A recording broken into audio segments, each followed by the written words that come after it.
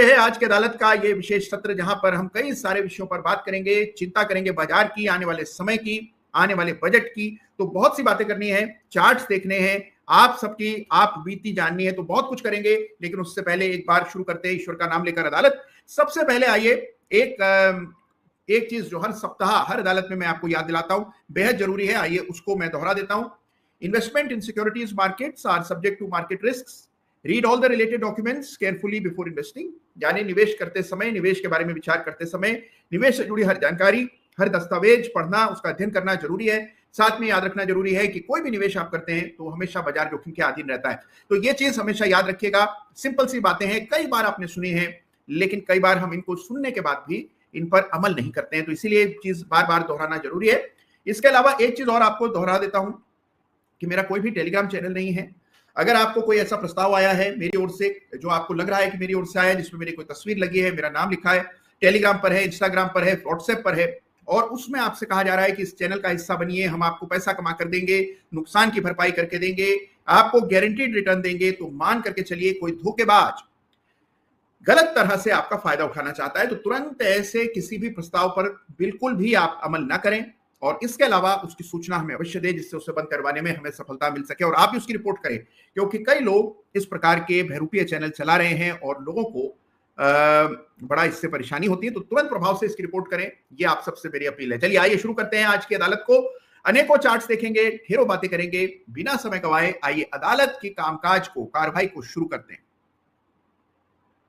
अच्छा, एक हमारे राज भंडारे जी का सवाल सबसे पहले ले लेते हैं। राज भंडारे साहब कह रहे हैं, सर एक सवाल, जब मार्केट डाउन हो तो चारों ओर नेगेटिव बातें, और जब बाजार तेज हो तो कुछ लोग नेगेटिव बातें शुरू कर देते हैं। देखिए, नेगेटिव बातों का बाजार के ऊपर और नीचे जाने से कोई संबंध नहीं है। हम तभी कोई भी चीज नेगेटिवली देखते हैं, नेगेटिवली नहीं है। देखिए, सारे खतरों को लेकर के चलना है, सारी परेशानियां, हर सिनेरियो को आपको अपने दिमाग में रखना है। जब आप ट्रेडिंग करते हैं, निवेश करते हैं, तो आपको एक 360 डिग्री व्यू लेना होता है, चार्ट्स देखने होते हैं। हर समय पर आपको अपनी भावनाओं को एक ओर रखकर बिल्कुल चार्ट के आधार पर निर्णय करने होते हैं। तो इसीलिए कोई बातें नेगेटिव हैं या पॉजिटिव हैं, इससे कोई लेना देना नहीं है। हमें केवल चार्ट के आधार पर एक सही विचार बनाते हुए चलना है। चलिए, ओके, ग्रेट ग्रेट, बहुत बढ़िया। और कई सारे लोग जुड़े हैं। हमारे पवन दुआ साहब लिख रहे हैं कि अगर मौसम खराब है तो कोई बात नहीं, क्योंकि हमारे अम्ब्रेला तो आप हैं। अरे बहुत बहुत धन्यवाद आपका पवन जी, बहुत शानदार आपने संदेश लिखा, थैंक यू सो मच। और इसके अलावा अनेकों सवाल आ रहे हैं, अनेकों चार्ट्स देखने की फरमाइशें हो रही हैं, मैं उन पर आऊंगा। लेकिन उससे पहले आइए एक दफे सबसे पहले निफ्टी के चार्ट के दर्शन कर लेते हैं। तो ये आपके सामने निफ्टी का चार्ट है, और ये जो आप चार्ट देख रहे हैं, ये निफ्टी का वीकली चार्ट है। हर सप्ताह हम निफ्टी का वीकली चार्ट देखते हैं। इस सप्ताह भी निफ्टी के वीकली चार्ट का दर्शन आप यहां कर रहे हैं। ये निफ्टी का वीकली चार्ट है जो कि आप देख रहे हैं, और इसको गौर से देखें अगर आप, तो आप देखते हैं कि निफ्टी में लगातार तेजी बनी हुई है, कोई बदलाव उसमें हमें देखने को नहीं मिल रहा है, और लगातार तेजी है। इस सप्ताह भी अच्छी तेजी बनी निफ्टी में। बैंक निफ्टी जरूर कमजोर हुआ एचडीएफसी बैंक के उलटफेर की वजह से, लेकिन निफ्टी में लगातार तेजी बनी हुई है। तो लाइफ टाइम हाई लेवल्स आपको निफ्टी पर देखने को मिले। 24,300 पर निफ्टी बंद हुआ, और आपने देखा किस प्रकार की तेजी बनी। जो चुनाव के हाईस पार हुए थे, जब चुनाव आए के परिणाम आए थे जून में, और हमने चर्चा की थी कि कैसे यदि ये लेवल्स पार होंगे तो फिर एक नया मोमेंटम देखने को मिलेगा, बिल्कुल वही होते हुए आपको इस सप्ताह नजर आया। पिछले 2-3 सप्ताह में जो तेजी बनी, निफ्टी ने बड़ी ताबड़तोड़ तेजी दिखाई। ये जो निफ्टी की तेजी है, ये एक और है। शेयर्स की तेजी देखेंगे तो देखते ही बनती है, गजब की तेजी आपको कुछ चार्ट्स पर देखने को मिलेगी। तो Nifty at lifetime high, और ऐसे बढ़े हुए बाजार में you have to be absolutely with the trend. तो ट्रेंड को ध्यान में रखते हुए चलना है। एक चीज जिसको लेकर के आज का शीर्षक टाइटल है कि क्या आगे टर्बुलेंस, यानी कि उतार चढ़ाव, उठा पटक की आशंका है, इसको ध्यान में लेकर के चलना है। देखिए, सबसे पहली चीज है, मौसम खराब होने का अर्थ ये नहीं है कि यहां से बाजार गिरने वाला है या उसके कोई संकेत चार्ट पर दिख रहे हैं। मौसम खराब होने का अर्थ यह है कि वॉलिटिलिटी लगातार बढ़ रही है, और वॉलिटिलिटी का बढ़ना क्या है, उतार चढ़ाव पैदा करता है बाजार में। यानी जो कैंडल साइजेस हैं, वीकली कैंडल है, उसकी साइज बढ़ने वाली है, उसकी साइज बढ़ रही है लगातार। कैंडल्स की जो साइज है, देखिए पहले जो कैंडल, एक औसत कैंडल की साइज अगर आप लें यहाँ पर, और एक औसत कैंडल की साइज पिछले कुछ सप्ताह की देखें, तो आप देखते हैं कि आपको कैंडल साइजेस बढ़ती हुई नजर आ रही हैं। जब जब ऐसा किसी भी चार्ट पर हुआ है कि पहले कैंडल्स छोटे छोटे बन रहे थे, और टुवर्ड्स द एंड जब कैंडल बड़े बड़े बनते हैं, तो वहां पर वॉलिटिलिटी देखने को मिलती है। वॉलिटिलिटी अपने आप में बुरी चीज नहीं है, क्योंकि वॉलिटिलिटी का अर्थ ये नहीं है कि ट्रेंड रिवर्सल होगा, लेकिन वॉलिटिलिटी आपके स्टॉप लॉसेस पर इफेक्ट करती है, मेंटल कंपोजर पर इफेक्ट करती है। अब आप सुकून से बैठे हुए थे, प्राइस बढ़ रहे थे, कई दिनों से बढ़ रहे थे, तो आपको एक आदत सी हो गई थी बढ़ती हुई कीमतों को देखने की। फिर यकायक वॉलिटिलिटी आती है, अचानक से प्राइस नीचे आता है, आप घबरा कर एग्जिट करते हैं, फिर तेजी आ जाती है, फिर आपसे खरीदा नहीं जाता है क्योंकि आप तो थोड़े नीचे के लेवल्स पर बेच चुके हैं। जब आप खरीद नहीं पाते या कुछ और खरीदते हैं और थोड़ा सा बढ़ता है और फिर आप देखिए नीचे आ जाता है, इसको वॉलिटिलिटी कहते हैं। वॉलिटिलिटी में आपकी ट्रेडिंग स्किल्स की परीक्षा होती है, आपके आत्मविश्वास और संकल्प का इम्तिहान होता है। तो वॉलिटिलिटी मुश्किल समय होता है, रफ सीज जिसको हम कहते हैं, कि जब मौसम खराब है और एक तूफान आया होता है, उतार चढ़ाव हो रहा होता है, उस समय अपना संयम बनाए रखना, आत्मनियंत्रण रखना और अपने रूल्स को पूरी तरह से फॉलो करना, अडिग रहना उन पर, यह सबसे बड़ी चुनौती होती है। तो ये आपके सामने समय आ रहा है और ये समय चल भी रहा है, ऐसा नहीं कि अभी देखने को मिल रहा है या आगे देखने को मिलेगा। लगातार पिछले कुछ सत्रों की बात करें, पिछले कुछ सप्ताहों की बात करें, तो मार्केट में आपको इनहेंस्ड वॉलिटिलिटी देखने को मिल रही है और ऐसे में थोड़ा सावधान, थोड़ा सचेत रहना चाहिए। अपने लेवल्स, अपने चार्ट्स पर आपको और क्लोजली मॉनिटरिंग करनी होगी। जिस स्टॉक में भी निवेश किया है उसके चार्ट को देखिए, जिस इंडेक्स के ETF में निवेश किया है उसके चार्ट को देखिए, जहां पर भी निवेश है सबको पूरी तरह से अब आपको मॉनिटर करना पड़ेगा, क्योंकि वॉलिटिलिटी में नाहक स्टॉप लॉस हिट होने की संभावनाएं बनी रहती है। तो ये जो परिस्थिति है ये आपको कुछ समय तक बाजार में चलती हुई दिखेगी और उसके बाद साइडवेज करेक्शन भी देखने को मिल सकता है। तो ये कुल मिलाकर बाजार की स्थिति है, ट्रेंड पॉजिटिव है, ट्रेंड पर कोई क्षति अभी तक नहीं पहुंची है, हायर बॉटम्स की श्रृंखला अटूट है, एक्सेलरेटेड प्राइस मूव हमने पिछले 1-1.5 महीने में देखा है। निफ्टी 22,000 से 24,000 2 महीने के भी कम समय में हुई है। तो इस एक्सेलरेटेड प्राइस मूव के बाद कुछ वॉलिटिलिटी की अपेक्षा हमेशा बनी रहती है और वही है आज का फोकस कि क्या बाजार में रिटर्न ऑफ वॉलिटिलिटी होने जा रही है और इस वॉलिटिलिटी के चलते आपको क्या सावधानियां बरतनी है। सावधानी सबसे बड़ी है ओवर एक्सपोजर, यानी जरूरत से ज्यादा बड़ी पोजीशंस, अपने बूते के बाहर की पोजीशंस, हेवीली लिवरेज्ड पोजीशंस, इन सब से आपको सावधान रहना है, सचेत रहना है, क्योंकि ये बड़ी पोजीशंस या आपके संभालने की जो क्षमता है उससे बड़ी पोजीशंस कई बार आपको परेशानियां पैदा कर सकती हैं। तो इसीलिए अपनी पोजीशंस पर काबू रखें। This will be a period of volatility और उसके लिए कमर कस के आपको तैयार रहना है।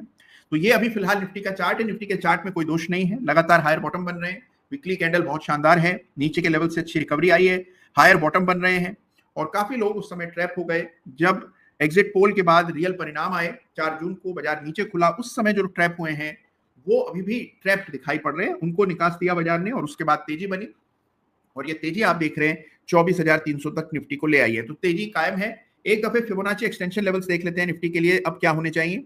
तो अगर हम इस करेक्शन का इस्तेमाल करते हैं, ये करेक्शन आया था 2023 के मार्च में माफ कीजिए, और इस पर अगर आप ये फिबोनाची डालते हैं तो आप देखते हैं कि इस करेक्शन के जो स्तर थे, पहला लेवल 19,700, दूसरा 21,400, फिर 23,200, फिर 24,200, ये सारे लेवल्स जो हैं ये अचीव होते हुए दिख रहे हैं, यानी कि all targets have been met if you used this correction. लेकिन अगर आप इस करेक्शन का इस्तेमाल करते हैं, और ये करेक्शन आया था 2022 के जून में, तो अब इसके जो बड़े लेवल्स हैं, क्योंकि ये सब्सटेंशियल करेक्शन था, तो इसके जो बड़े लेवल्स हैं उसमें एक स्तर पार हुआ, दूसरा स्तर पिछले सप्ताह पार हो गया था और तीसरा स्तर जो है यानी कि 361.8% फिबोनाची लेवल, वो लगभग 26,800 के आसपास है और उन लेवल्स की ओर निफ्टी अग्रसर है। ये अभी भी कोई 2500 पॉइंट की दूरी है।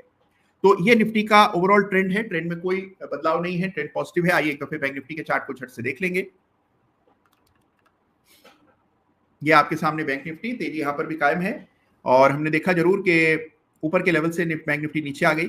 HDFC में बड़ा आप देख रहे हैं कि उतार चढ़ाव देखने को मिल रहा है। यहां पर आपने मोमेंटम बनते हुए देखा और इस लेवल के ऊपर यानी कि 48,300 के ऊपर आपने तेजी बनते देखी। तो ये कुल मिलाकर निफ्टी का स्ट्रक्चर है बैंक निफ्टी का, जहां तेजी बादस्तूर चल रही है। ऊपर के लेवल से जरूर करेक्शन आया लेकिन ट्रेंड पर कोई क्षति नहीं पहुंची, तो यहां पर भी ट्रेंड कुल मिलाकर के ठीक है। एक दफे HDFC बैंक के चार्ट को देखते हैं। ये आपके सामने HDFC बैंक का चार्ट है। वॉलिटिलिटी ज्यादा है, जैसा आप देख रहे हैं, बड़ी विक बनी हुई है। इंट्रा पीरियड में हमने देखा 1790 1800 तक गया HDFC बैंक, एक समय के लिए लगा बड़ा ब्रेकआउट हुआ है, फिर नीचे आया और अब आप देख रहे हैं कि इस रेजिस्टेंस को पार करने में असफल रहा वीकली क्लोजिंग बेसिस पर HDFC बैंक। ये HDFC बैंक का दायरा है और ये ब्रेकआउट का लेवल है। अब इस लकीर की ताकत देखिए कि 1 नहीं, 2 नहीं, 3 नहीं, 4 नहीं, 5वीं बार ऐसा हुआ कि ये स्तर HDFC बैंक पार नहीं कर पाया। तो ये जो 1700 का स्तर है, ये बड़ा मनोवैज्ञानिक और तकनीकी रेजिस्टेंस एरिया है, और ये एचडीएफसी बैंक के लिए मेक और ब्रेक लेवल है। तो इस लेवल को क्लोजली मॉनिटर करें। एचडीएफसी बैंक का बड़ा असर पड़ता है सारे इंडाइसेस पर, तो एचडीएफसी बैंक के चार्ट को आपको नियमित देखते रहना चाहिए। जो इंडेक्स के कंपोनेंट्स हैं और मेजर कंपोनेंट्स हैं जिनका बड़ा भारी दखल है इंडेक्स में, उन तमाम कंपोनेंट्स का हमें डिटेल्ड एनालिसिस जरूर नियमित रूप से करना चाहिए। और एचडीएफसी बैंक को अगर आप देखें तो हमें ये बड़ा विक दिखता है। बड़ा विक एक बड़ी हर्डल के अगर क्रिएट कर देता है, यानी अब देखिए कई सारे ऐसे लोग होंगे जिन्होंने 1800 के आसपास 1785 पर मान लीजिए एचडीएफसी बैंक खरीदा, वो अब ठगे से महसूस कर रहे हैं और साथ में ट्रैप्ड हो गए हैं। जैसे ही प्राइस ऊपर जाने लगेगा उनकी बिकवाली आएगी, और इस वजह से इस रेजिस्टेंस को और ताकत मिल गई है। ये जो 1705 के रेजिस्टेंस है, इसको और ताकत मिल गई है इस बड़ी कैंडल की वजह से। इस कैंडल को इन्वर्टेड हैमर कहा जाता है। ये जो कैंडल आप देख रहे हैं इसको इन्वर्टेड हैमर कैंडल कहते हैं, जो आपको यहां दिखाई पड़ रही है। ये इस सप्ताह की कैंडल है एचडीएफसी बैंक। तो ये स्थिति है निफ्टी की और बैंक निफ्टी की। आइए एक दफे देख लेते हैं चार्ट यूएसडी का, और उसके बाद बात करेंगे डाउ जोन्स की। ये डॉलर का चार्ट है। कमोवेश यथास्थिति बनी हुई है, कोई बड़ा उलटफेर नहीं है, कोई बदलाव नहीं है, कोई ब्रेकआउट नहीं है, कोई ब्रेकडाउन नहीं है, जो ठीक है, सामान्य बात है, अच्छी बात है। अब आप एक चीज बड़ी अच्छे से नोटिस कीजिए कि सितंबर 23 के बाद आज हो गया है जुलाई 2024, तो आप देखिए काफी अर्सा हो गया, लेकिन इस दौर में हमने देखा कि डॉलर बहुत स्टेबल है, बहुत ज्यादा स्टेबल है। इतनी स्टेबिलिटी आपको पहले कभी चार्ट पर देखने को नहीं मिलेगी, और ये बड़ी उपलब्धि है। ये मान करके चलिए कोई साधारण बात नहीं है, इसके लिए बड़ा मेहनत करनी पड़ी होगी, काफी प्रबंध बंदोबस्त करने पड़े होंगे, लेकिन यही आइडियल सिचुएशन है जहां डॉलर और रुपये की रिलेशनशिप स्टेबल हो जाए। स्टेबल डॉलर मींस कि आपको प्रेडिक्टेबिलिटी बढ़ जाती है, जो आयात निर्यात करते हैं उनके लिए स्थिरता बढ़ जाती है, उनको बड़ा पसंद आता है ऐसा एनवायरनमेंट जहां स्टेबिलिटी हो। तो ये डॉलर की स्टेबिलिटी हमारी इकोनॉमी की ताकत को दर्शा रहा है, बहुत अच्छी बात है ये, और ये आपको डॉलर के चार्ट से दिखता है। तो हमने निफ्टी की बात की, बैंक निफ्टी की बात की, डॉलर की बात की। आइए एक दफे अमेरिकी बाजारों की टोह ले लेते हैं, और ये आपके सामने Dow Jones industrial average.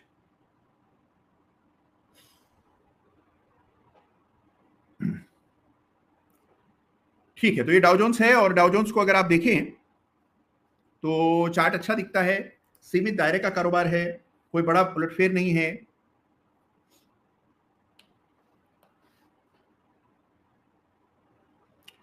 Okay, तो ये डाउ जोन्स का हाल है। अभी अगर आप देखें तो this is how the markets are placed. US market में कोई बड़ा बदलाव नहीं दिख रहा है, एक सीमित दायरे का कारोबार यूएस मार्केट में हो रहा है। ऊपर 40,000 पे बड़ी हर्डल है, नीचे 38,000 पे बड़ा सपोर्ट है। ये दो लेवल्स के बीच में डाउ जोन्स ट्रैप्ड है, और वहां चुनाव के मौसम जो है वो गर्म हो रहा है। फरवरी से लेकर अब तक डाउ जोन्स सीमित दायरे में ट्रेड कर रहा है। कोई नेगेटिव क्यू भी नहीं है, कुछ भी ऐसा नकारात्मक नहीं है, और कुछ ऐसा हो कि डाउ जोन्स देख करके बाजार दुनिया के पढ़ने वाले हो, ऐसा भी नहीं।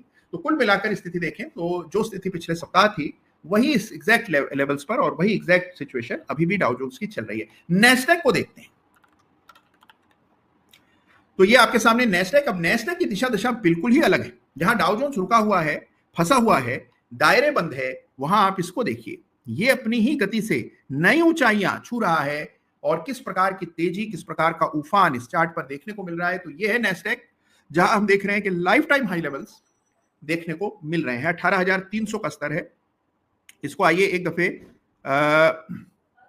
लॉन्ग टर्म चार्ट्स पर देखते हैं।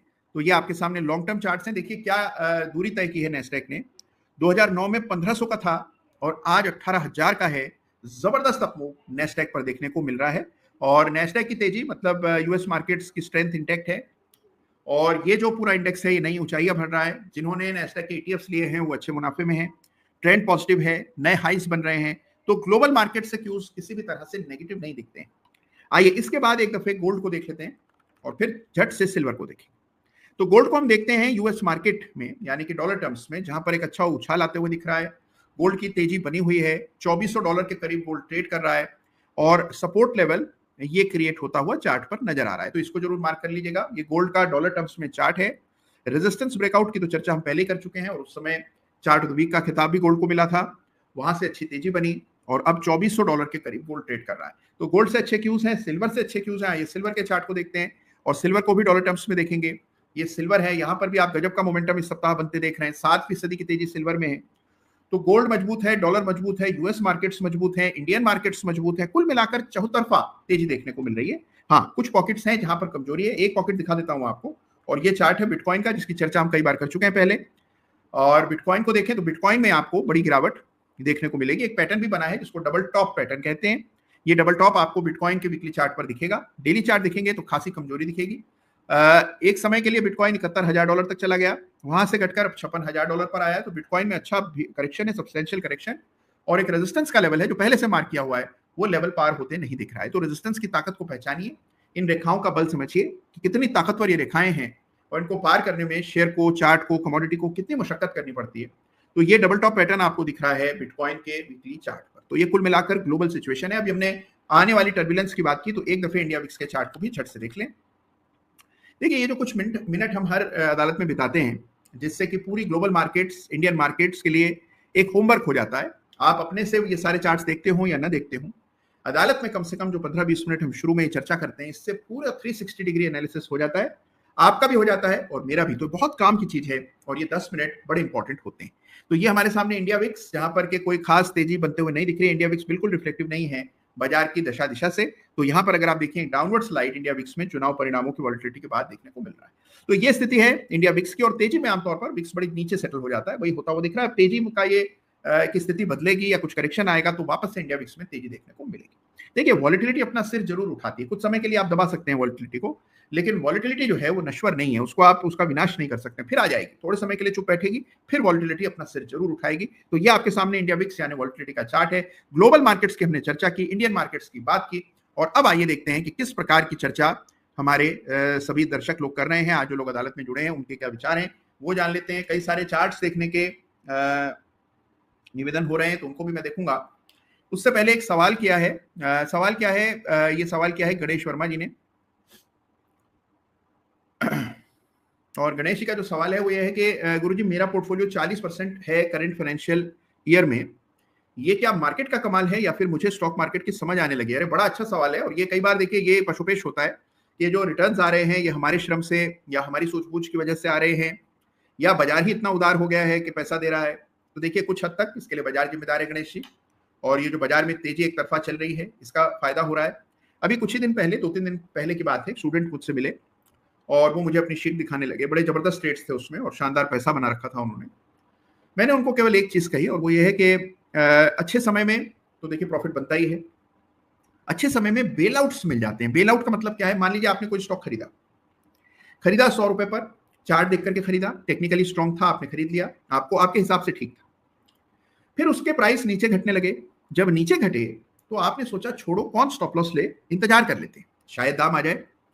अब क्योंकि बाजार तेजी का था, आपने नियम तोड़ा, बावजूद उसके आपको निकास मिल जाता है, फिर आपका दाम आ जाता है, कुछ तेजी बन जाती है और आप निकल पाते हैं। आपको यह महसूस होता है कि यार अच्छा हुआ कि स्टॉप लॉस नहीं रखा था, अच्छा हुआ कोई पैनिक नहीं किया, अच्छा हुआ बिल्कुल डर नहीं पैदा हुआ, जो गिर गया उसको रख लो, दाम आ जाता है। यह भावना मन में घर करने लगती है।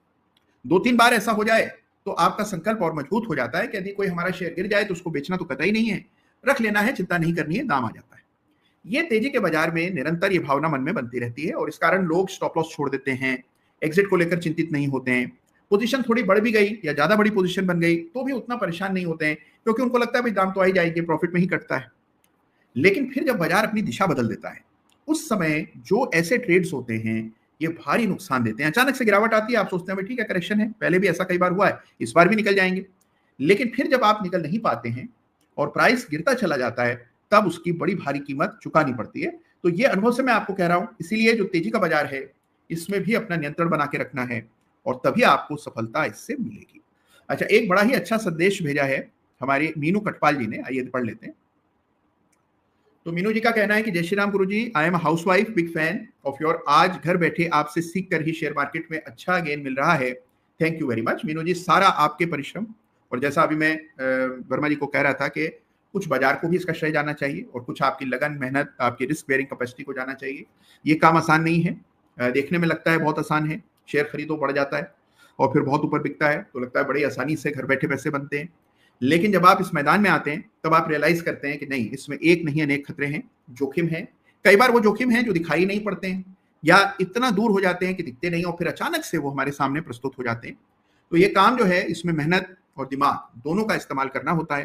तो मीनू जी, बहुत अच्छा काम आप कर रही हैं और आपको मुनाफा हो रहा है, बहुत बहुत शुभकामनाएं हम सबकी ओर से और all the very best to you. तो देखिए, ये है मीनू कटपालिया जी का संदेश। एक बड़ा अच्छा संदेश भेजा है निपेश पटेल साहब ने, वो कह रहे हैं कि एग्जिट और स्टॉप लॉस की बड़ी अच्छी लर्निंग हो जाती है। भाई देखिए, अदालत का मकसद ये है कि आपको कुछ नए आइडियाज देना, आपको बाजार के बारे में इंटरेस्टेड रखना, कुछ नया आपको पता लगे हर अदालत में, चार्ट कैसे देखे जाते हैं रियल लाइफ में।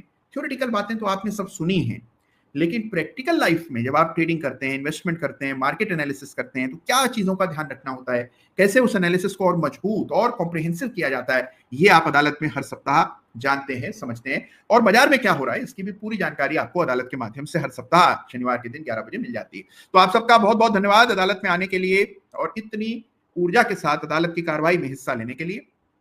चलिए आइए, बहुत सारे और संदेश आ रहे हैं और कई सारे और मैसेजेस हैं, तो उन पर भी मैं आऊंगा। ठीक है, अच्छा, एक हमारे जय श्री राम है, अब नाम इनका जय श्री राम है या इन्होंने हैंडल का नाम रखा है ये नहीं पता है, लेकिन इनका ये कहना है सर मार्केट में पैसा बनाने का कोई बेस्ट तरीका बताइए। अब देखिए, जैसे ईश्वर तक पहुंचने के अनेकों रास्ते हैं, उसी प्रकार और कोई भी रास्ता अच्छा बुरा नहीं होता है, सब रास्तों में अपने फायदे नुकसान होते हैं, हर रास्ते का अपनी एक राह होती है, उसके लिए भी तपस्या मेहनत अध्ययन करना ही पड़ता है। कोई भी सहज रास्ता नहीं है कि बहुत आसान से आप पहुंच पाएंगे, ऐसा कोई रास्ता नहीं। सारे रास्तों में आपको अपने ऊपर नियंत्रण रखना है और आपको रूल्स को फॉलो करना है और अपनी साइकोलॉजी को ध्यान में रखते हुए रास्ते का चुनाव करना है। तो बेस्ट और वर्स्ट की बात नहीं है जय श्री राम जी, आपको जो रास्ता ठीक लगता हो, आपके रिस्क को ध्यान में रखते हुए, आपकी योग्यताओं कौशल को ध्यान में रखते हुए उसका चुनाव कीजिए, समय दीजिए बाजार को, और समय देते हैं, थोड़ा पेशेंटली ट्रेड करते हैं, निवेश करते हैं, तो आपको अच्छे रिटर्न्स देखने को मिलते हैं। अच्छा, इसके बाद अनेकों लोगों के प्रश्न आ रहे हैं। अरे वाह, बहुत बहुत धन्यवाद। ओके, सुशांत गागरे साहब का सवाल है, वो कह रहे हैं कभी आप अपना भी पोर्टफोलियो शेयर करिए। जरूर, बहुत अच्छा सुझाव है, कभी ना कभी इस पर जरूर बातचीत करेंगे और मैं अपना पोर्टफोलियो भी आप लोगों को बताऊंगा क्या है। अच्छा, इसके अलावा आपका सवाल है कि सर सब तरफ बात चल रही है कि सेक्टर चेंज हो रहा है, किस प्रकार पता चलेगा कि आने वाला समय किस सेक्टर का है। सेक्टर बदलते रहते हैं, इसको सेक्टर रोटेशन कहते हैं अनिल जी, और सेक्टर जो है कभी भी मार्केट में एक से नहीं रहते हैं और वो समय के साथ बदलते हैं। बाजार हमेशा फॉरवर्ड लुकिंग होता है, तो जिस बिजनेस में आने वाले 1-1.5 साल में अच्छा ट्रैक्शन आएगा, बाजार तुरंत भाप लेता है कि ये है बिजनेस जहां पर फोकस करना चाहिए। हम जो चार्ट्स देखते हैं, हमें अपना दिमाग इस चीज में नहीं लगाना है कि कौन सा अगला सेक्टर होगा, हमें इस बात पर फोकस करना है कि कौन से सेक्टर का चार्ट मजबूत हो रहा है, कहाँ टर्न अराउंड हो रहा है, रिवर्सल हो रहा है, चार्ट पे ब्रेकआउट्स हो रहे हैं, नया मोमेंटम बन रहा है, नई पोजीशंस बन रही हैं। इन चीजों पर हमें ध्यान रखना है और अगर आप इन चीजों को क्लोजली फॉलो कर रहे हैं, खुद ब खुद आपके हाथ में उसी सेक्टर के शेयर्स आ जाएंगे जो सेक्टर अच्छा लगता है। इसका मैं आपको एक जीवंत उदाहरण देता हूँ। आज से कुछ साल पहले, हमारा 2 साल पहले या 1.5 साल पहले की बात रही होगी, स्मॉल केस में एक शेयर था और उस समय जो कैपिटल गुड्स के शेयर्स थे वो मुझे बड़े अच्छे लग रहे थे। एक एक करके तमाम कैपिटल गुड्स कंपनियों के चार्ट्स पर बाय के अच्छे संकेत आने लगे और धीरे धीरे करके उनमें पोजीशंस बनने लगी। बाद में पता लगा कि capital goods sector of the year हो गया, सारे लोगों की बातचीत उस पर आने लगी, इतनी एक्सपेंशन अलग अलग कंपनियों ने प्लान की और उसका फायदा सेक्टर को हुआ, लेकिन चार्ट पर उसके जो संकेत हैं, पूर्व संकेत हैं, वो आपको बहुत पहले दिखने लगते हैं।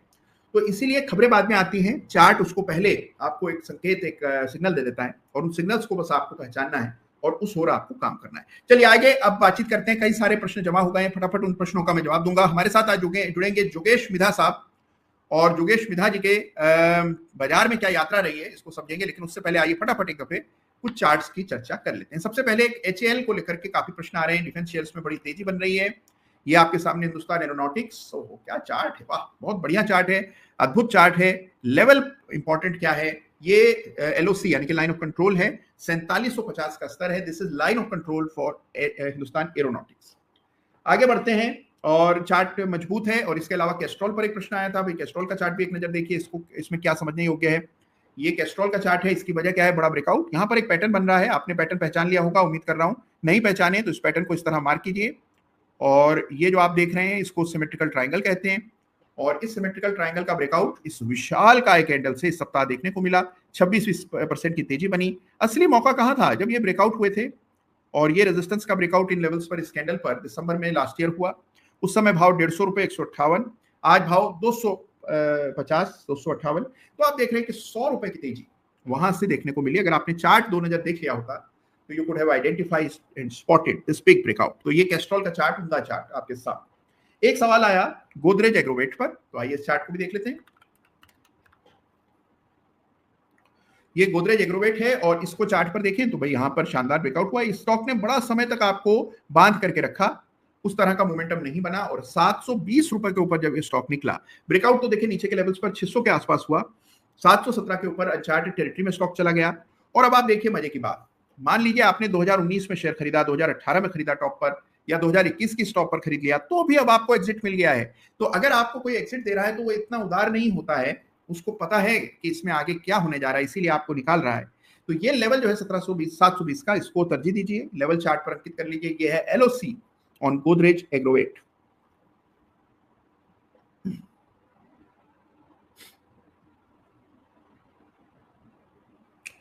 ओहो, अरे वाह, बहुत बढ़िया।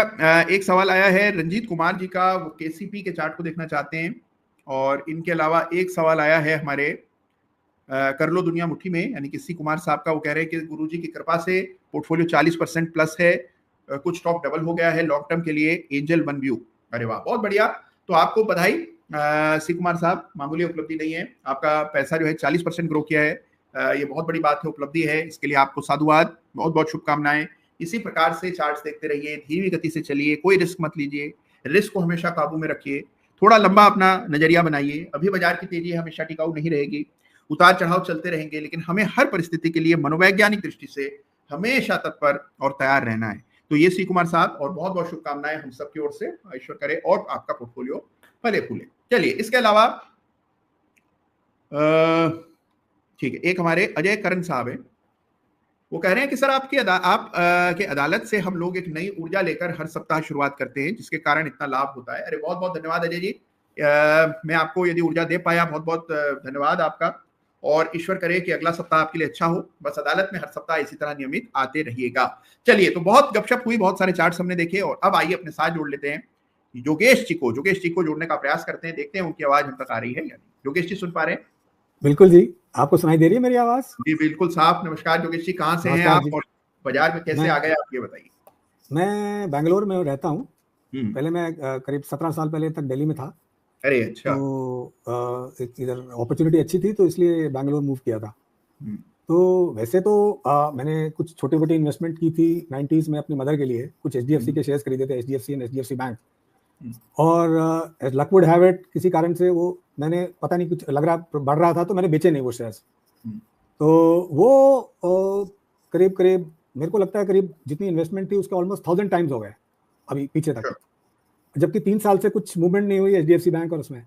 तो उतने साल से मैं देखता रहा तो मुझे लगा कि कुछ तो है, बिकॉज मेरे घर में कुछ बैकग्राउंड नहीं थी, कोई आगे पीछे किसी को शेयर्स के बारे में पता नहीं था। फिर मैंने बीच में थोड़ा बहुत कोशिश की, जब उस टाइम में 90s में अर्ली 2000 में कुछ कोई सोर्स नहीं था, जानने का इन्फॉर्मेशन नहीं थी, इकोसिस्टम नहीं था, तो टिप्स पे न्यूज़पेपर्स कुछ होते थे, वहां से लेके करते थे। बट सक्सेस नहीं मिली, बिकॉज जितने बहुत सारे शेयर्स लिए या तो बहुत गिर गए या वो डीलिस्ट ही हो गए। सो बट ये एक मेरे दिमाग में जरूर रह गया कि HDFC का इतना बड़ा वो है कि कुछ तो है, अगर सही सिलेक्शन हो, कुछ सही अंडरस्टैंडिंग हो, तो वो मेरे दिमाग में हमेशा रह गया।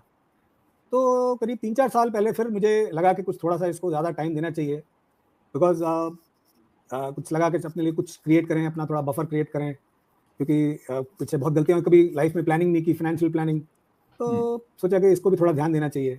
तो फिर आपके और कुछ वीडियोस देखे और कुछ काफ़ी समझ आने लगी, बड़ा अच्छा लगा।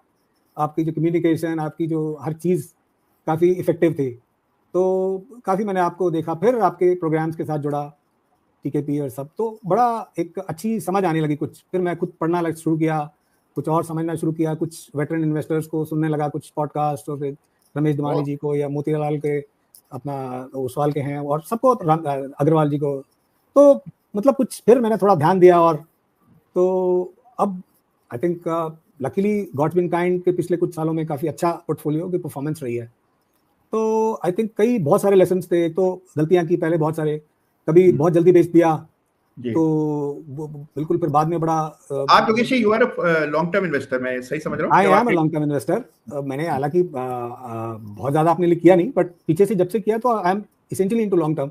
थोड़ा बहुत शुरू किया है मैंने ट्रेडिंग, बट अभी ज्यादा धीरे धीरे, हालांकि मैं अभी पीछे अपने इन्वेस्टिंग में भी अपने चर्निंग कर रहा हूँ काफी, बिकॉज मुझे समझ आ रही है कि सेक्टर्स की इंपॉर्टेंस कितनी इंपॉर्टेंट है। मतलब जहाँ रनवे है, जहाँ मूवमेंट है, जो सेक्टर्स बैठे हुए हैं उनका कोई फायदा नहीं है। There is no point staying in the same sectors, because market में इतनी ज़्यादा तेज़ी है, इतना तूफान है।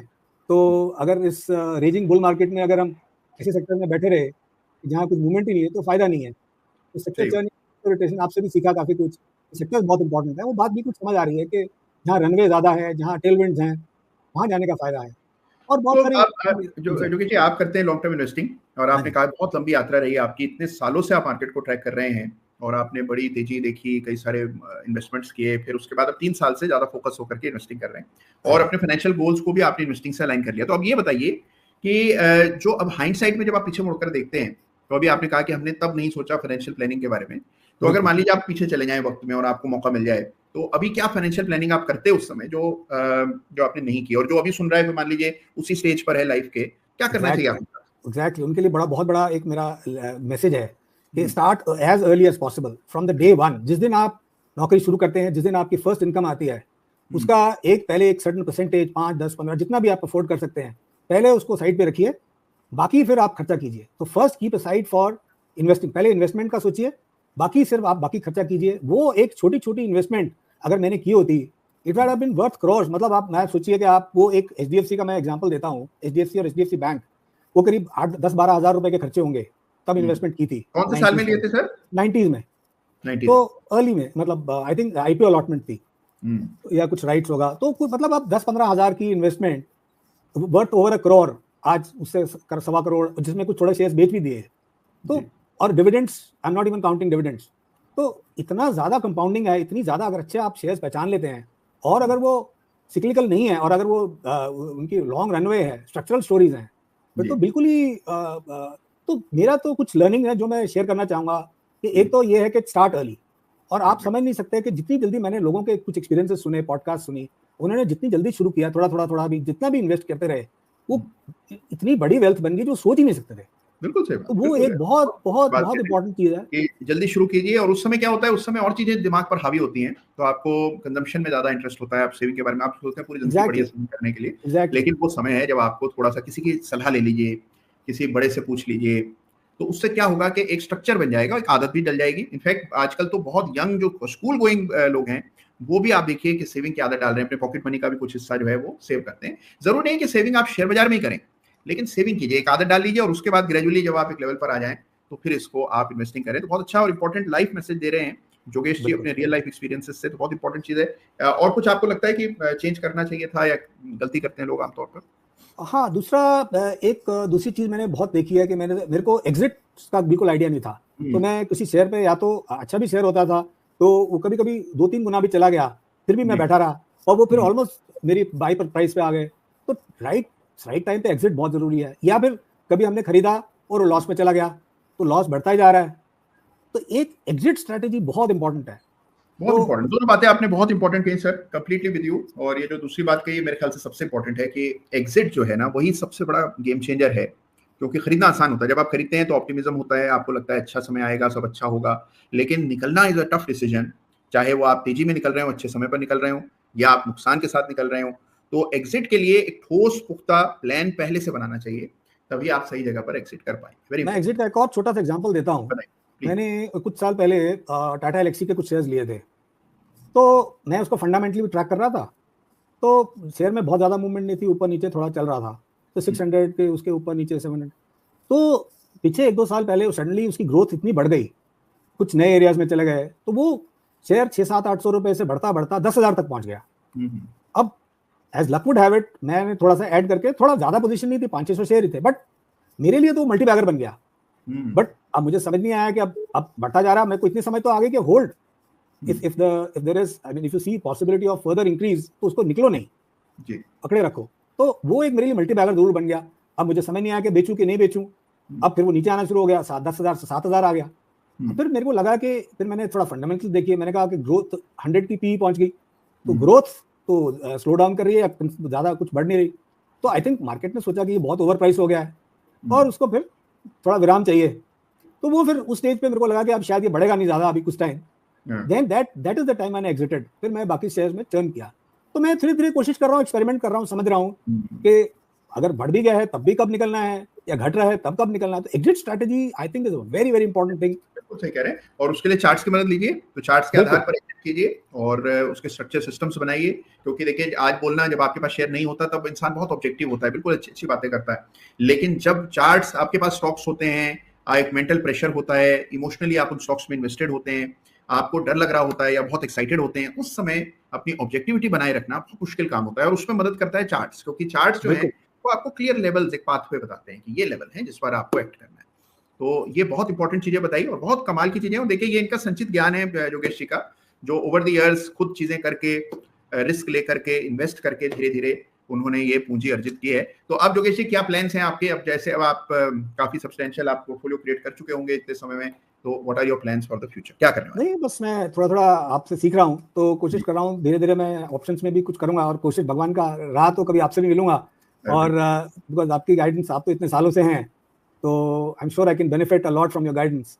तो वही है, थोड़ा ऑप्शंस में देख रहा हूँ, अभी तक हिम्मत नहीं हुई ऑप्शंस में ज्यादा हाथ लगाने की। अच्छा, देखिए बड़ा अच्छा एक आपने बात कही, और अभी कल परसों भी मैं किसी से इसी विषय में बात कर रहा था, वो भी यही कह रहे थे कि सर मैं बहुत अच्छा इन्वेस्टर हूँ, और उन्होंने मोमेंटम इन्वेस्टिंग करके बड़ा अच्छा पैसा कमाया है, कुछ स्विंग ट्रेड भी करते हैं, उसमें भी अच्छा पैसा बना। अब उनका भी कहना था कि मैं ऑप्शंस नहीं कर पाया, तो इसकी बड़ी मुझे एक वो कहें कि टीस है कि अभी तक ऑप्शन में, कहते हैं 2-3 बार मैंने कोशिश भी की तो मुझे नुकसान हो गया, तो मैंने बंद कर दिया। तो अब मैं सोच रहा हूँ कि इसको शुरू करूंगा या कुछ इसके लिए करूंगा। तो मेरा हमेशा से कहना है कि जो काम आप अच्छा कर रहे हैं, ये बिल्कुल उसी तरह से कि मान लीजिए आप बॉलिंग करते हैं और आप कहते हैं कि अभी तक मैं बैटिंग नहीं कर पाया और कुछ दिनों बाद बैटिंग शुरू करूंगा, तो वो देखिए that is not your job. जो आप कर रहे हैं अच्छा आप वो कीजिए। अगर आपको ऑप्शंस में उस तरह की सफलता नहीं मिल रही, या वो बड़ा तनाव पैदा करता है आपके लिए, या आपको उसकी जरूरत ही नहीं है क्योंकि आपकी कैपिटल बहुत अच्छी खासी बड़ी है, तो कोई आवश्यकता नहीं, कहीं किताब में नहीं लिखा है कि ऑप्शन में ट्रेड करने। जो आप कर रहे हैं वो कीजिए, उसको स्केल कर लीजिए, उसमें भी और बहुत आयाम निकल सकते हैं। तो stick to what you are good at. हर आदमी हर काम नहीं कर सकता, हर व्यक्ति हर तरह का ट्रेड नहीं ले सकता है। तो जो काम आप कर रहे हैं बड़ा अच्छा कर रहे हैं, लेकिन हाँ, अगर आपको समझने के पॉइंट ऑफ व्यू से, एक्सपेरिमेंट के पॉइंट ऑफ व्यू से उसको पहले आजमाना है तो जरूर कीजिए। नई चीजें जब तक आप आजमाएंगे नहीं, वो आपको समझ भी नहीं आएंगी। तो ये बहुत इंपॉर्टेंट है, और कई लोग जो है इस वजह से कि हम नहीं कर पाए इसलिए करते हैं, फिर नुकसान हो जाता है, उससे बचना चाहिए। तो योगेश जी बड़ा मजा आया बात करके, और बहुत जल्द आपसे साक्षात भेंट करेंगे। थैंक यू सो मच आज समय देने के लिए और अपनी लाइफ की स्टोरी हमारे साथ बांटने के लिए, और बहुत लोगों को प्रेरणा मिली होगी। और कुछ यंग लोग अगर सुन रहे हैं, अगर एक बात जो भी योगेश जी ने कही वो आपके मन में कहीं घर कर जाए और आप अभी से कुछ सेविंग्स शुरू कर लें, तो आज की हमारी बातचीत सार्थक हो जाएगी। बहुत बहुत धन्यवाद। Thank you so much Yogesh ji. Thank you so much for having me. Thank you ji, bye. तो ये हमारे योगेश जी हैं, देखिए बड़ी गजब की बात कही उन्होंने, और अपने जीवन के अनुभव के आधार पर कही। उन्होंने कहा कि भाई थोड़ा थोड़ा पैसा बचाते रहो, चाहे सैलरी कम हो तो भी इसको एक्सक्यूज मत बनाओ कि भाई हमारी सैलरी कम है, हम कहाँ सेव कर पाएंगे। जो पैसा है उसको पहले सेव कर लो, फिर जो बचे उसमें अपना खर्चा गुजारा करने का प्रयास करो। धीरे धीरे करके जब आप थोड़े बड़े हो जाएंगे, तब आप याद करेंगे कि यार तब पैसे जोड़े वो आज कितने बड़े हो गए। तो ये बहुत इंपॉर्टेंट है, और उस समय जरूर थोड़ा सा त्याग करना पड़ता है, but later on you realize कि आपका जीवन बदल जाता है उस निवेश से। तो ये बात है, और साथ में दूसरी बात भी उन्होंने बड़ी काम की कही, और वो है कि एग्जिट की ठोस पुख्ता रणनीति तैयार कीजिए। फिर चाहे आप ट्रेडर हो, इन्वेस्टर हो, शॉर्ट टर्म ट्रेडर हो, कैसे भी ट्रेडर हो, एग्जिट जो है that is of most importance, utmost. तो ये बातें हुई, और इसके बाद आइए बढ़ते हैं। कई सारे चार्ट्स देखने हैं, कई सारी और चर्चाएं करनी है। अभी देखिए बड़े लोग धन्यवाद कर रहे हैं हमारे मिधा साहब को। राम अवतार त्यागी जी लिख रहे हैं थैंक्स फॉर एक्सपीरियंस शेयरिंग, और बहुत योगेश जी का धन्यवाद कर रहे हैं। अरे कई सारे लोग बहुत अच्छी बातें लिख रहे हैं, तो सबको मजा आया सुनकर, because this was his life journey. चलिए आगे बढ़ते हैं, और कुछ और चार्ट्स की हम लोग चर्चा करेंगे। चलिए चार्ट्स करो करते हैं।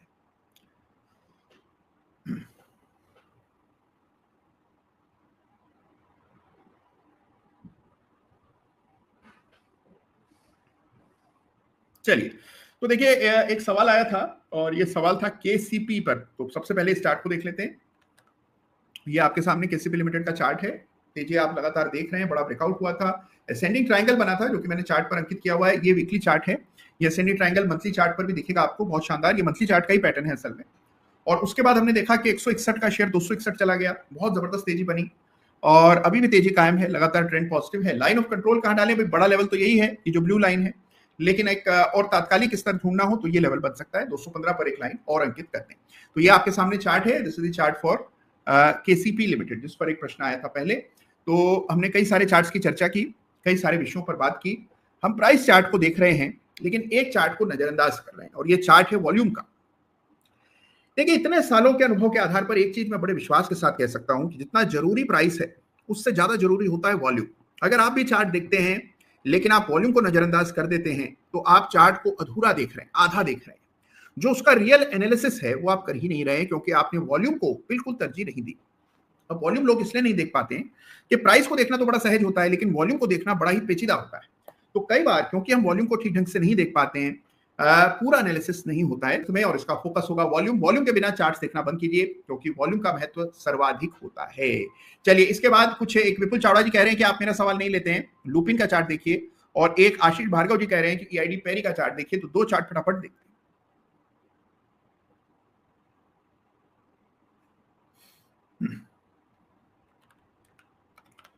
तो ये आपके सामने ईआईडी पेरी, और ये ईआईडी पेरी का जबरदस्त शानदार अद्भुत चार्ट है, शानदार तेजी बनी है, कहां से कहां प्राइस चला गया। अब आप देखिए लाइफ टाइम हाई तक गया, 800 रुपए को पार कर गया, और उसके बाद फिर कुछ करेक्शन कंसोलिडेशन चार्ट पर देखने को मिल रहा है। तो ये आपके सामने चार्ट है ईआईडी पेरी का, तेजी बनी हुई है, वीकली चार्ट देख रहे हैं। अब एलओसी का सवाल है कि लाइन ऑफ कंट्रोल कहां, कैसे, कब डालें। तो ये एलओसी है, और ये 645 के आसपास आपको ईआईडी पेरी के चार्ट पर डाल देनी है। इसके बाद आइए दूसरा सवाल, और ये सवाल है लुपिन पर। चावड़ा साहब ने सवाल किया है लुपिन पर। तो ये आपके सामने लुपिन का चार्ट है। वाह, क्या तेजी बनी है इस सप्ताह। तेजी तो बनी थी जब स्टॉक ने 1220 के लेवल को पार किया था, और अब हाल में इसी सप्ताह इसने 1660 के लेवल को पार करके नए रिकॉर्ड स्थापित किए हैं। तो लाइफ टाइम हाई पर है। अब आप लोग जानते हैं कि कोई स्टॉक अगर लाइफ टाइम हाई पर हो तो वहां पर फिबोनाची का इस्तेमाल करके किस प्रकार से लक्ष्य निर्धारित किए जाते हैं। रहा सवाल एलओसी का, तो ये है एलओसी जिसको अब आपको इंपॉर्टेंस देनी है। 1550 का लेवल है, ये लाइन ऑफ कंट्रोल है फॉर लुपिन। तो ये इस प्रकार से स्तरों को मार्क कीजिए चार्ट पर, और आपको पता होता है कि क्या करना है, कैसे करना है, किस प्रकार से आपको चार्ट को अप्रोच करना है। इसके अलावा देखिए कई सारे और बड़े अच्छे सवाल आ रहे हैं। समीर सांघवी साहब कह रहे हैं कभी तो सवाल लो। बिल्कुल ले लेते हैं। सवाल इनका है वॉकहार्ड पर कि क्या यहाँ 7 साला ब्रेकआउट होता हुआ नजर आ रहा है, 7 ईयर ब्रेकआउट, क्या आपको वॉकहार्ड के चार्ट पर दिख रहा है। ये चार्ट देखते हैं, चार्ट बड़ा गजब का है, और ये वॉकहार्ड है। वॉकहार्ड में जो ब्रेकआउट हुआ है, तेजी बनी है, अद्भुत। आइए, ये रेजिस्टेंस का लेवल है, इसको चार्ट पर अंकित करते हैं। ब्रेकआउट तो पिछले सप्ताह आ चुका था।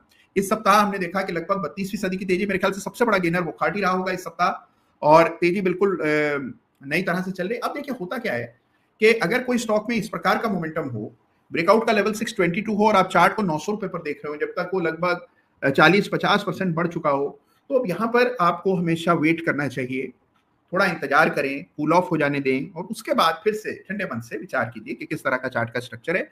और एक और इससे चीज सीखने को मिलती है, वो है कि चार्ट पर जब सही मौका हो एंट्री का, उसको चूकना नहीं चाहिए। फिर हम सोचें कि चलो बाद में लेंगे, उस समय हम व्यस्त हो गए, चार्ट नहीं देखा, और फिर वो चार्ट बहुत बढ़ गया, फिर हमें फोमो हुआ, फीलिंग ऑफ मिसिंग आउट, और हमने किसी भी लेवल पर उस स्टॉक को बाय कर लिया, तो उसके बड़े खामियाजा भुगतना पड़ता है। तो हमेशा सही एंट्री पॉइंट पर स्टॉक में एंट्री लेनी है, और उसको वेट करना है। मान लीजिए वो चूक गए आप किसी वजह से, तो बिल्कुल मलाल मत कीजिए, दूसरी गाड़ी आएगी, दूसरा स्टॉक आएगा, उस पर चढ़ जाइएगा। लेकिन कभी भी किसी भागती दौड़ती रफ्तार में किसी चार्ट पर अगर आप ये गाड़ी पकड़ने की कोशिश करेंगे तो उसमें चोट लगने का खतरा रहता है। ये बात हमेशा ध्यान में रखिएगा। तो ये आपके सामने वॉकहार्ड का चार्ट है। कई सारे इंटरेस्टिंग चार्ट्स की आज हम लोगों ने चर्चा की, और बहुत शानदार बातचीत हुई। अभी भी बहुत सारे चार्ट्स देखने की आप सबकी इच्छा है।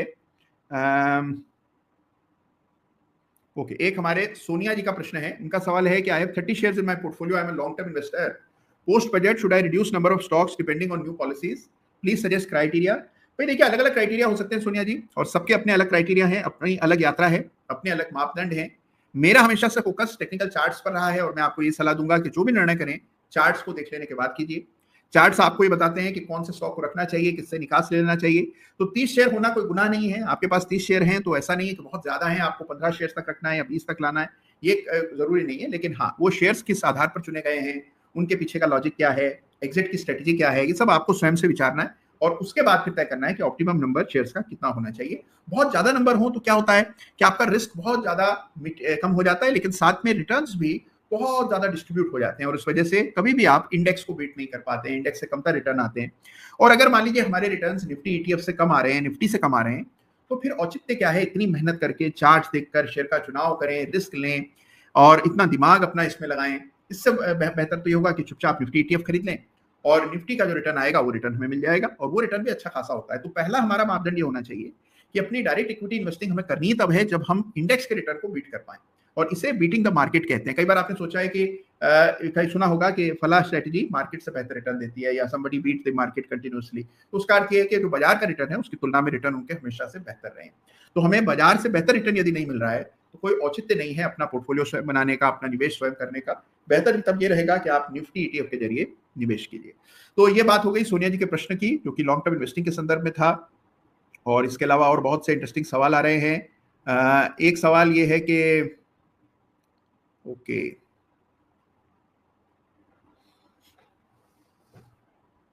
अच्छा, एक हमारे जॉयदीप परमार साहब हैं, उनका प्रश्न है कि सर ये जो थर्ड पाठशाला नहीं ज्ञानशाला इसका नाम है, लॉन्ग टर्म इन्वेस्टमेंट के लिए है क्या?